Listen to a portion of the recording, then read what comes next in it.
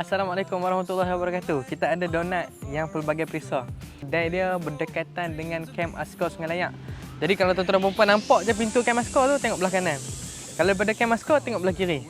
Mesti nampak punya kedai donat dia pun, insya-Allah. Kita mula dengan donat biasa dulu lah, donat gula. Supaya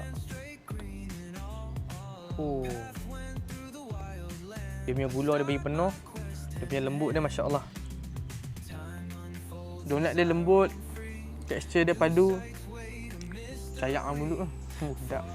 Terusnya kita ada donat susu, tuan-tuan dan puan. Donat susu. Oi, lembut. Bismillahirrahmanirrahim. Sedap. Donat susu ni favourite.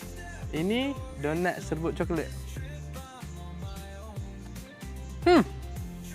Sedap. Donat serbuk coklat pun padu.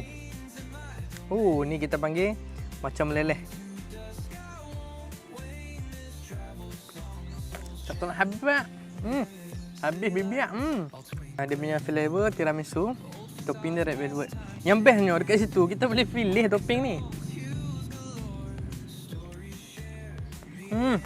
Yang meleleh-leleh tu janganlah tengok. Boy, apa ni? Warna pink adalah warna kegemaran. Bismillahirrahmanirrahim. Dia sedap kan sebab apa? Memanglah topping manis tu kita kata sedap kan. Tapi tekstur donat dia tu, dia punya lembut dia punya rasa sampai, dia punya cayak dalam mulut tu, Allahu Akbar. Hang tengok tak boleh beza kan. Bismillahirrahmanirrahim. Belum oi. Setiap donat saya makan tu, dia punya tekstur donat tu memang lembut, sedap, cayak dalam mulut. Kemudian dia punya topping dia semua memang sampai lah KPI dah tu. Level last ni kalau hampa nak tahu, dia salted caramel. Bismillahirrahmanirrahim. Muka aku jadi donat dah lepas ni. Saya ni orang yang tak suka salted caramel. Tapi caramel ni saya boleh makan. Kalau hampa pergi kat depan nanti hampa cakap, "Bol ada bol." Ni lah bol. Kita boleh pilih nak flavor apa. Bismillahirrahmanirrahim. Wah, ni senang makan.